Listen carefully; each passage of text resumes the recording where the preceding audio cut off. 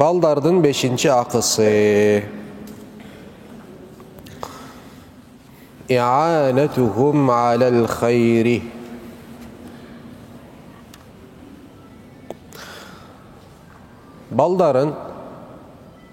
Baldarın izgi bolğon işlerinde, jakşı dep taanılgan işlerinde, ibadattarda, büt nersede, jakşılıktardın barında ata enesi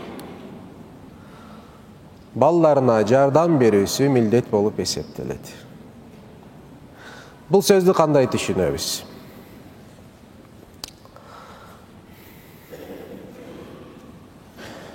Биринчи, алар кичинекей болгон учурда ата эненин милдети аларга мээримин аябастан төгүү. Ооба. Мээрим эмне кылат? Төгөт. Бирок тегиз болуш керек. Ата эне бала чакасын эч качан арыбайт. Арыгандык күнөө болот. Bir баласын көтөрмөлөп, башка баласын эмне кылыш?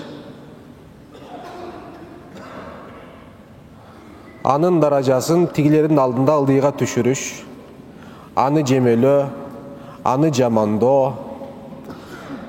Башка балдардын алдында bir баласын жамандоо. Бұл болбойт.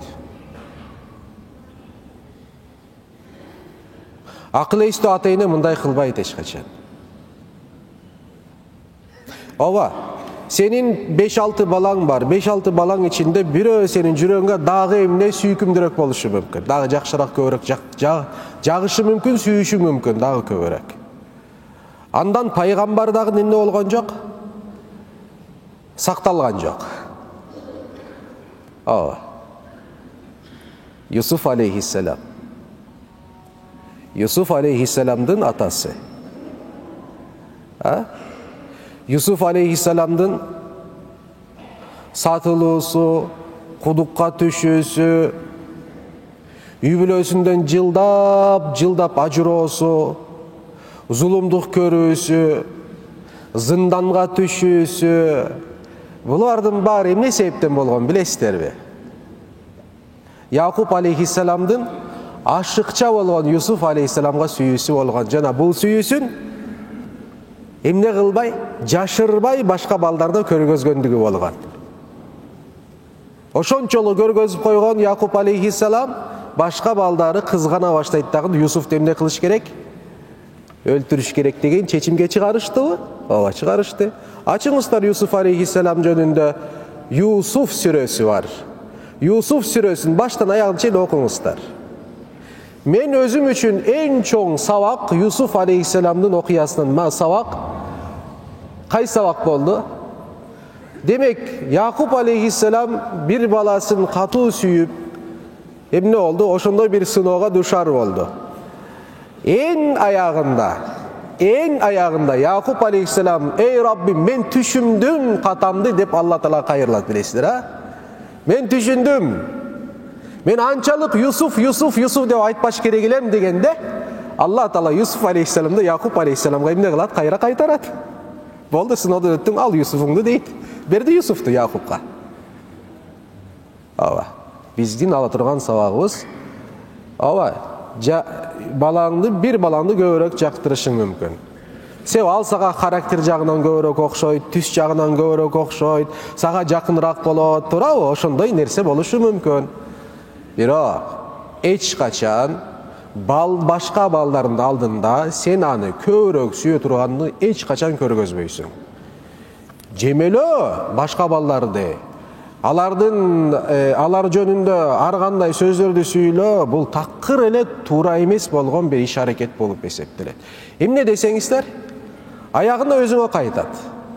Сен балдарыңды тегиз, ынтымактуу кылып чоңойто турган болсоң, эртең убакыт келгенде сен буларга муктаж болгондо булардын баары эмне кылат? Bir kol менен баары сага кызмат кылат. Эгерде арый турган болсоң, Булар дагы сени эртең түртө баштайт. Ава сени түртөт. Тигини көбүрөөк жактырган ошол карасын дейт. Тигиндей болду деп эле бири-бирөөгө атандашып, бири-бирөөгө жамандык кылабыз деп сени колдонуп коюшат. Напси ошондой нерсе. Напси ошондой нерсе. Ошондуктан Алла Таала кимге көбүрөөк бала менен рызыктандырган болсо, ошондой беректерди, перзенттерди берген болсо, баарына бирдей мамиле кыласың. Мамиле эки түрдүү болот, билесиңер. Материалдык мамиле болот, психологиялык мамиле болот, моралдык мамиле болот дегендей баарын ичине камтыйт бул нерсе. Bir күнү сахабалардын бирөөсү атын сизерге айтайынбы сахабаны?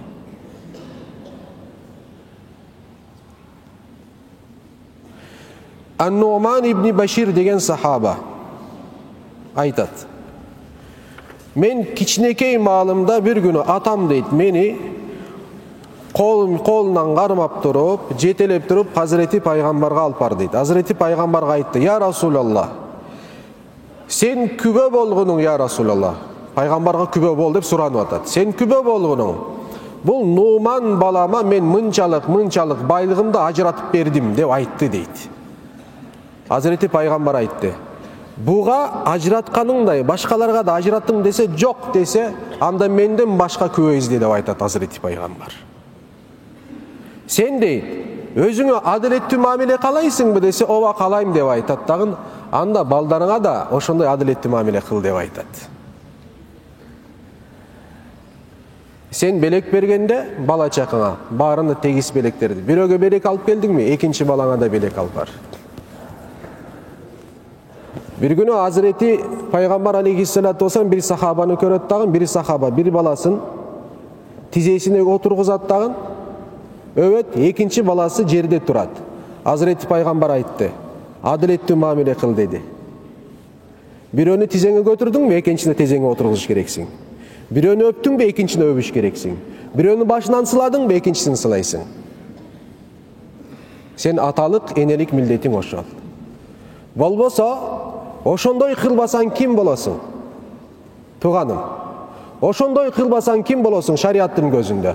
Залым болосуң. Андай кылбасаң зулумдук кылган болосуң балдарыңа.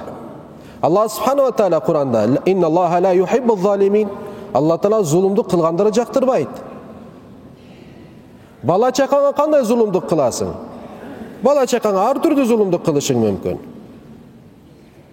Zulumduktardın birisi, кичинекей малында сен аны меримин төгөсүң, толук төккөн болсоң жакшы. Мериминде дагы бала чакаңа сараңдык кылган болсоң, зулумдук кылган болосуң.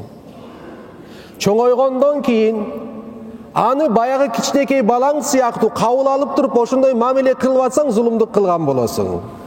Ооба. Ал чоң киши болгондон кийин аны менен сен башка чоочун кишилерди кандай урматтап сыйласаң, бала чакаңды ошондой урматтап сыйлайсың. Болбосо зулумдук кыласың дейт. Алла Таала адам баласы бул дүйнөдө адилеттүү болуусу үчүн жаратты. Алла Таала эмне дейт? İnsan жер жүзүндө менин эмнем халифам деп айтат Куранда. Адам атабызды халифа деп атаган. Давуд алейхиссалам түзмө сен менин халифам деген. Адам баласы бул дүйнөдө халифа болуп эсептелет. Давуд алейхиссаламды пайгамбар катары жөнөткөндө айтты: "Эй Давуд, сени пайгамбар катары жөнөтүп атабыз. Эң биринчи кыла турган ишиң инсандардын арасында адилеттүүлүк менен мамиле кыласың, чечим чыгарасың" дейт. Ата үй бүлөдө адилеттүү болуусу зарыл. Бүт жагынан. Сүйлөгөн сөзүндө, кылган мамилесинде бүт жактан адилеттүүлүктү кармаш керек. Коркуш керек залым болуп калуудан. Ооба. Качан сенин үстүңө аталык жүктөлгөн милдетти 99 аткарып жатам, 9,1% кылбай жатам десең дагы сен күнөөкөр болосуң. Толук кандуу аткарууң зарыл. Ооба. Күчүң жеткен чакка чейин. Күчүң. Сенден ашыкчасын Алла Таала талап кылбайт.